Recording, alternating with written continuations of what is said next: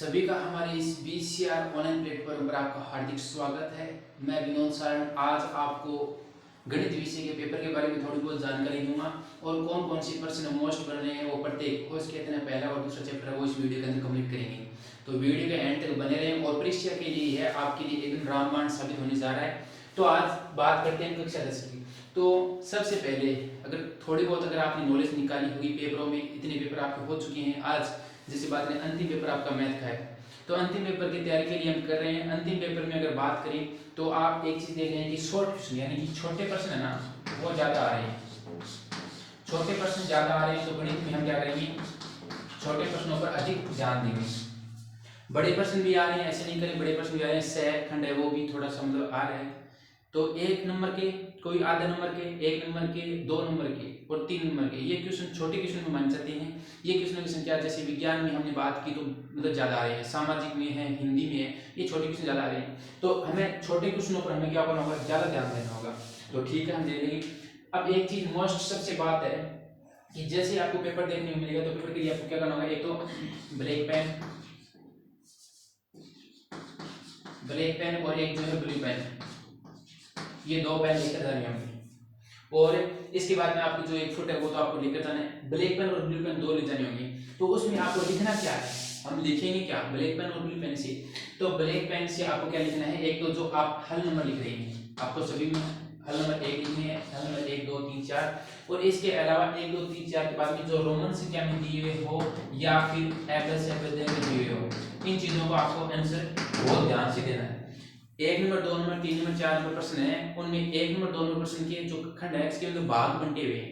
तो लेकिन पहले अधिकतर बच्चे ऐसे करते हैं, लेकिन पहले आपको ऊपर देखना है सेक्शन। ऊपर हमारे जो सेक्शन है जैसे बोलते हैं ए बी सी डी, चार सेक्शन बंटे हुए हैं। इंग्लिश में बात करें तो सेक्शन,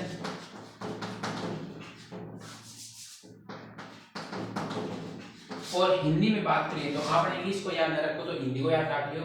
इक्यासी का खंड है 80, खंड ए है, खंड ब है और से, खंड ब से है, ये चार खंड बंटे हैं। तो ये ब्लैक पेन में आपको ऊपर बढ़िया तरीके से किस तरीके से हेडिंग डालनी है वो मैं बता देता हूँ। चार खंड बंटे में आपको पता है, आपने देखी भी होंगी, लेकिन आपने एक चीज नोट नहीं करी कि नोट ऐसे नहीं करी कि यहाँ पे लिख देता हूँ मैं खंड ए, ऊपर ऊपर आपको बढ़िया तरीके से खंड ए नाम लिख दिया। पहला प्रश्न और दूसरा प्रश्न है वो खंड ए के अंदर ही करना है। खंड ए लिखने के बाद में पहला दूसरा प्रश्न आपको जो जितने भी खंड ए में प्रश्न है वो सारे के सारे आपको एक जगह पर ही करने हैं। आपने प्रश्न नंबर 2 है वो लास्ट में कर दिया तो वो प्रश्न आपका चेक नहीं होगा, क्योंकि इस बार बोर्ड ने या फिर पिछले साल भी यही रूल था कि ए खंड के अंदर जो ए भाग है उसके अंदर जितने भी प्रश्न है वो ए भाग के अंदर ही होने चाहिए, न कि आगे दूसरे भाग में होने चाहिए। तो आपको ध्यान रखना है ए भाग की सारे क्वेश्चन है वो ए भाग के अंदर ही होने चाहिए। ठीक है, अब इसमें हल नंबर 2 है, हल नंबर 2 कर दिया। 2 कंप्लीट करने के बाद यानी कि एक नंबर खाली स्थान होना चाहिए। हल नंबर 1 में तो एबेसिड मासी प्रश्न नंबर 1 में, और प्रश्न नंबर 2 के अंदर क्या आसी सारा खाली स्थान आसी। फिर प्रश्न नंबर 3 है, प्रश्न नंबर 3 आने से पहले आपके बीच में क्या आ जाएगा, खंड ब आ जाएगा। आपके यहाँ पे ब्लैक पेन से क्या लिखना है, खंड ब। और दूसरी बात करें कि खंड ब आ गया, खंड ब आने के बाद में सारे क्वेश्चन कर लिए। हल नंबर आपके ये जो मैं लिख रहा हूँ ये ब्लैक पेन से आप लिख सकते हैं। ठीक है, इसके अलावा जो बच गए वो आप सीधे लिख सकते हैं। तो इसके बाद में हमारे पास क्या है, देखो इतना लिखने के बाद में अब हमारे पास मेन जो मुख्य है कि जो आंसर आ रही है वो अगर बॉक्स के अंदर आप बंद कर रहे हैं, जैसे मान लीजिए x का मान आ गया है 5, तो ये आप बॉक्स के अंदर बंद कर रहे हैं, तो ये आप बॉक्स के अंदर बंद करेंगे तो वो ब्लैक पेन से आप कर सकते हैं, इसमें भी आपका फायदा है। ठीक है, दूसरी बात करें कि सभी खंड ये ब्लैक पेन से करते हुए अब आपको जैसे मैंने बात करी कि छोटे प्रश्नों पर आपको विशेष ध्यान देना है, छोटे जितने भी प्रश्न है उन पर विशेष ध्यान देना है। एक मिनट थोड़ा सा,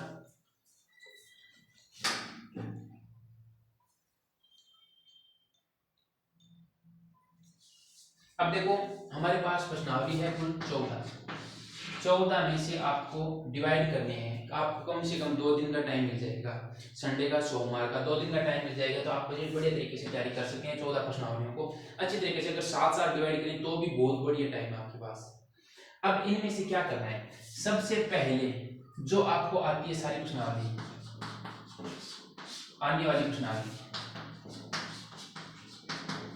आने वाली सारी प्रश्नावली तैयार कर दो, तैयार करके एकदम निकाल के छोड़ दो। पहले ही दिन हो सके इतना जल्दी से जल्दी वो कवर करके छोड़ दो। फिर इसके बाद में जो सेकंड है वो जो हेड है, आपको हेड लगती है उन प्रश्नावलियों को ज़्यादा से ज़्यादा टाइम देने की कोशिश करो, ज़्यादा से ज़्यादा निकालने की कोशिश करो। जितना टाइम आप निकालेंगे उतना ही आपको फायदा होगा, जितनी ज़्यादा प्रश्नावली निकालेंगे। हेड प्रश्नावली है। और मेन बात करें, जैसे सबसे ज़्यादा हेड में है 8वीं है और 5वीं है और एक जो छठी प्रश्नावली, ये 3 प्रश्नावली तो में मतलब ज़्यादा हेड मान सकते हैं, लेकिन इतनी भी हार्ड नहीं है। जैसे मैंने कह दिया हार्ड है, हो सकता है आपको हार्ड नहीं लगती हो, तो ये प्रश्नावली आप थोड़ा सा ज़्यादा समय लेने की कोशिश करें, क्योंकि इन क्वेश्चनों में 8वीं प्रश्नावली है। इसमें जो लास्ट वाला प्रश्न है वो सिद्ध करने वाला आएगा 4 नंबर का आएगा, और इसमें भी एक 4 नंबर का प्रश्न आएगा, डिवाइड कन्फर्म है, इसमें भी आएगा और एक इसमें भी आएगा 4 नंबर का। तो इन चीज़ों में जो ये चीज़ें हैं ये आपके 12 नंबर की है, और एक सवाल और आएगा जो बड़ा 4 नंबर का आएगा। 4 जो 16 नंबर का वो दया खंड में आएगा लास्ट वाला प्रश्न। तो इन प्रश्नावलियों को आपको विशेष ध्यान रखना है, ठीक है। इसके अलावा जो प्रश्नावली बच गई वो मात्र ऐसी प्रश्नावली है, जैसे मैं बताता हूँ, पहली है, दूसरी है, तीसरी भी हम कह सकते हैं थोड़ा सा, लेकिन स्टार लगा देंगे। चौथी प्रश्नावली, तीसरी के वर्ष छोड़ दो, चौथी है, फिर 5 छोड़ दो, 7वीं आ गई, 9वीं आ गई, 10वीं छोड़ दो, 11, 12, 13, 14 है प्रश्नावली जो इसी का मतलब एक बार देख लो, जल्दी जल्दी देख लो। वैसे पहली प्रश्नावली है 2-3 सवाल होगा, दूसरी में एक में, चौथी में सॉरी से, 7वीं में की कोई में, 9वीं में, 8वीं तैयार है, 9वीं तैयार है, 11वीं 2 सवाल है, एक त्रिज्यखंड है, वृत्तखंड है, 12वीं में पृष्ठ क्षेत्रफल आयतन गणना में बेलन संपूर्ण का काटना है, 12वीं क्षेत्रफल आएगी, 13वीं में मैंने की है, 13वीं मैंने माध्य बहुलक है, एकदम सोशल है, 14वीं प्रश्नावली प्रायिकता है, की कोई में मतलब 2, 2, 4, 2, 6, 2, 8, 9 प्रश्नावली तो आपका सीधा छोड़ दो चाहिए। अब 10वीं प्रश्नावली हमने इसमें डिवाइड नहीं की, लेकिन 10वीं हम इसमें दे सकते हैं, लेकिन 10वीं में एक सरल आएगा, एक नंबर का आएगा, और एक इसमें से छठी में आएगा 1 नंबर का। वो प्रश्न मैं आपको यहाँ पे यूट्यूब पे करवा दूंगा, कौन सा आएगा कंफर्म वही क्वेश्चन आएगा। जो क्वेश्चन मैं एक प्रश्नावली में 2 क्वेश्चन करवाऊंगा, मोस्टली वही प्रश्न आ जाएगा, ठीक है। तो चलिए बात करते हैं पहली प्रश्नावली की। पहली प्रश्नावली को सबसे ज्यादा सरल मानते हैं, ज्यादा हार्ड नहीं है पहली प्रश्नावली। पहली प्रश्नावली के अंदर सीधे सीधे मैं पहले क्वेश्चन बता देता हूँ कि कौन कौन से क्वेश्चन आएंगे, कंफर्म है। एक तो एलसीएम एंड एचसीएफ, लेस है और मैस है, कंफर्म 101% माने चालू, लेस है मैस क्वेश्चन आ जाओगे एबेस एडगमेंट पहले क्वेश्चन, या तो मैंने एलसीएफ पूछ के, या फिर एलसीएम पूछ के, या फिर एक और क्वेश्चन बन जाए कि ए बाजे गुणनखंड में पूछ लिया, ए बाजे गुणनखंड से कोई भी क्वेश्चन घुमा फिरा के पूछ सकता है, ठीक है। तीसरा क्वेश्चन का एक संबंध है, एक सूत्र बना आपको संबंध है एलसीएम इनटू एचसीएफ बराबर में a इनटू b, वो एक सूत्र आम है वो बने यूं भी पूछ के, कोई जरूरी कोई नहीं कि अपन ऊपर लंबी पूछे, ये इसमें पूछ के इन में अपन 3 मान देने में से 1 मान पूछी, आगे 3 मान देने में से 1 मान पूछी, हम बताते हैं आराम से सोल्यूशन। फिर इसमें से बड़ा क्वेश्चन कह देंगे हम 3 नंबर को है, तो एक थे √3 को, एक √5 को, 2 तो ऐड याद कर लियो, एक 6 प्लस में 2 √5 को, और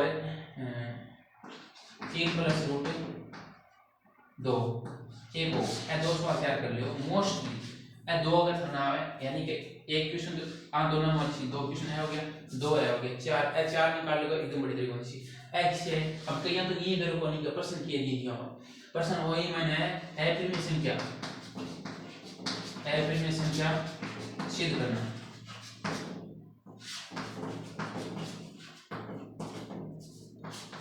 सीधे करना एक करवा से चिंता ना लो, एकदम मतलब माइंड पर ज्यादा लोड देने की जरूरत नहीं है, सीधा सोरी सी बात है एकदम का अपन तैयार करना एक तो बात इतना अगर मायने आपने काम ना तो निकल जाओ, लगभग से ये माना कि तैयार हो जाओ। इनके अलावा अगर थोड़ा हार्ड प्रश्न आ जाओगा द्वारशिक का मायने, तो फिर आप कैसे क्या बने इस चीज के बारे में।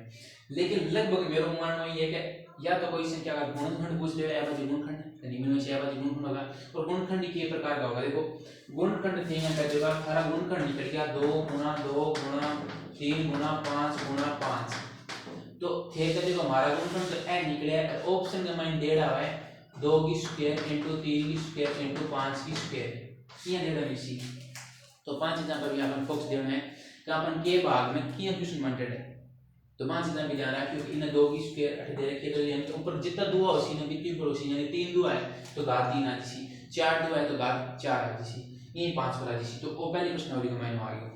फिर दूसरी प्रश्नावली में बात करा तो दूसरी प्रश्नावली में की कौन बहुपद है एक तो एबस से मैंने कुल पूछा वो जांच कीजिए है द्विघात समीकरण है द्विघात बहुपद है या नहीं है नहीं वो तो द्विघात समीकरण में आ गया कौन सा बहुपद है या फिर शून्य पूछ सकता है। 2 ऑप्शन में है कि द्विघात बहुपद है त्रिघात बहुपद है चतुर्घात बहुपद है या फिर कोई भी बहुपद देकर आप पूछ सकते हैं इसे कितने शून्य होंगे या फिर वो चित्र वाला है 3 क्वेश्चन बनते हैं। फिर दूसरी प्रश्नावली में छोटे और बड़ा प्रश्न है वो शून्य ज्ञात करने वाला है कन्फर्म आएगा। कन्फर्म में मतलब जैसे 100 आप 2 सवाल पूछ सकते हैं एक तो इसके समीकरण आ जाए जैसे मतलब x के तरह से x + 5 एक ऐसा समीकरण आ जाए और एक x² -15 वाला एक वो आ जाएगा एक वो 3 वाला है वो भी आ सकता है तो इनमें से ये हो जाएगा। तो ये चीजें हम सारी अगली प्रश्नावली में मतलब अगली वीडियो के अंदर पढ़ेंगे। ये तो शॉर्ट वीडियो था मैंने समझा दी कि किस प्रकार से सिलेबस आएगा। तो पेपर में जो रिजल्ट है वो आपको अधवार्षिक के अंदर ही सबसे बेस्ट तैयार करना होगा और एकदम जी जान से लगा दो पूरी मेहनत कर दो। 2 दिन बचे हैं काफी आपके पास टाइम है 2 दिन का बहुत टाइम है ज़्यादा और वार्षिक के अंदर शायद 4 दिन टाइम मिलेगा लेकिन बेस्ट तैयारी आपको जैसे मतलब सबसे ज़्यादा डर है वो गणित का रहता है और गणित का अगर आपको अधवार्षिक के अंदर बढ़िया रिजल्ट बन गया तो वार्षिक के अंदर आप 100% मान के चलिए कि हमारा रिजल्ट बहुत बढ़िया रहेगा। तो मेरा तो मानना ये है कि जितने ज़्यादा प्रश्नावली आप हल करेंगे। अब मैं अगली वीडियो में मैंने ये शॉर्ट में बताए हैं तीसरी प्रश्नावली। चलो मैं बैठ बता दूं कि तीसरी प्रश्नावली के अंदर आपने ग्राफ हासी कन्फर्म है प्रतिस्थापन विधि एक कथन को सवाल हासी कन्फर्म एक तो शुद्ध हासी समीकरण दे दी नीचे दो और समीकरण का सी प्रतिस्थापन अवलोकन विधि करो या फिर इनके अलावा अपन ये कहते सी एक कथन को सवाल सी 2 अंकों वाली अंक पलटने पर वो सवाल है वो तैयार करना है बढ़िया तरीके से। चौथी प्रश्नावली के अंदर जांच करनी हासी का क्या द्विघात समीकरण है या नहीं है या फिर मूलों की प्रकृति या मूल पूछ सकता है सीधा शॉर्ट से। और उसके बाद में जो है मूल ज्ञात करने कोई भी गुणनखंड कोई भी समीकरण दे दे द्विघात समीकरण और उसके गुणनखंड से हमें क्या निकालना है मूल निकालना है। पांचवी प्रश्नावली में 1% छोटा होगा पांचवी प्रश्नावली में 1% छोटा होगा जगह मैंने अपन कोई भी पद पूछ सके या फिर डी को मान पूछ सके या फिर छोटे पद कोई छोटे सी एपी देके भी मैं अपन के पूछ लिया क्या यो फिर पूछ लिया तो भी मैं बता सकता। फिर अपन अगर बात करें पांचवी में बड़ा प्रश्न आओ हेड प्रश्न आओ छोटा सा कैसे करना थोड़ा बहुत हेड प्रश्न आ सकते हैं। और छठी के माइन एक त्रिभुज को माइन कोई अनुपात जो समीकरण समय जो परिमिका है परिमेय बोल सकते हैं उसको हम हल करेंगे तो परिमेय वो लगेगी उसमें हम आपको 2 सवाल उसके बाद में वो आ जाएगा फिर एक वाला सवाल है वो बड़ा वाला सवाल आएगा। सातवीं प्रश्नावली में दूरी सूत्र है मूलभूत निर्देशांक ज्ञात करनी या फिर x से मतलब दूरी पूछ सकता है y से दूरी पूछ सकता है भुज कोटि में कोई पूछ सकता है उनमें से क्वेश्चन आ जाएगा।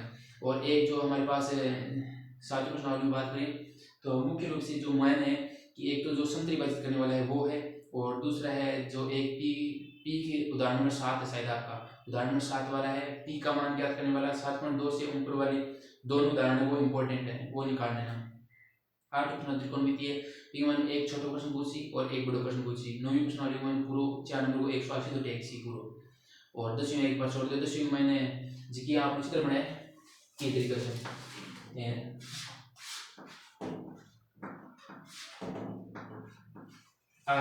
वृत्त के केंद्र से बिंदु की पी की दूरी दे देते हैं ओ ए बी। अभी मंत्री जब भी पूछ के वृत्त के केंद्र से दूरी पूछ के बिंदु पी की या फिर जगह स्पर्शरेखा की लंबाई पूछ के तीनों में कोई से पूछ के एक प्रश्न कन्फर्म होगा पी में और एक परिमेय सिद्ध करनी होगी। और फिर हमारे पास 11वीं में है वृत्तखंड और त्रिज्यखंड आ गए उसमें से गिनती के सवाल है वो आप पूरी निकाल लीजिए। 12वीं प्रश्नावली में अगर हम बात करें तो परिशिष्ट क्षेत्रफल जिसमें हमें आयतन वाला आयतन का जो ज्ञात करना है एक n गोलियों की संख्या है वो सवाल है वो भी बहुत बढ़िया है। एक जो शंकु हम डालते हैं उसमें हाँ इसी में वो शंकु की कुछ गोली डालते हैं जिसमें 1/4 भाग शंकु का बाहर निकल जाता है वो सवाल बहुत बढ़िया मोस्ट इंपॉर्टेंट है। और जैसे इसमें एक जैसे आपकी आकृति बनी हुई है मेरे ध्यान में नहीं है इस प्रकार से बेलनाकार है उसमें से जैसे एक खिलौना है ऊपर से शंकु का है नीचे से अर्धगोले भाग का है वो खिलौना इसके अंदर डाला जाता है तो इसमें से मतलब पूरा आयतन निकालना है वो भी एक मोस्ट सवाल है 2-3 सवाल है मतलब सारा चित्र बनाना सवाल पढ़ दो। फिर मध्य बहुलक है वो 3 दिन निकालनी है आपको बड़े तरीके से मध्य के 28.5 वाला और 525 वाला मध्य का वो सवाल दोनों मोस्ट इंपॉर्टेंट है बहुलक निकालना है तो और भी बढ़िया बात है। इसमें आपको जैसे मतलब 13वीं प्रश्नावली के अंदर कम से अधिक उनमें से क्वेश्चन ज़्यादा पूछ सकता है तो उसकी बड़ी तैयार करना और मध्य का नाम नहीं देकर मध्य का नाम दे सकता है लगभग मान के चलिए 101% मेरा मानना ये है कि इसमें जैसे माध्यक वाली, माध्यिका वाली, कोई भी आपको जैसे दे दे और उसमें माध्यिका ज्ञात करने वाला ज़्यादा पूछेगा, माध्यिका ज्ञात करना, तो माध्यिका का नाम, दूसरा माध्यक ही है, एक बात कह सकते हैं। और प्रायिकता वाला वो तो एकदम सरल सा आएगा आपके पास में। तो मेरा ये मानना है कि एकदम बड़े तरीके से तैयारी करवा दूंगा मैं, एकदम शॉर्ट में आपको जो मोस्ट प्रश्न है वो करवा दूंगा। तो अगली वीडियो के अंदर मिलते हैं, इस वीडियो के अंदर अपनी तैयारी करना बड़े तरीके से। धन्यवाद, अगली वीडियो के अंदर मिलते हैं।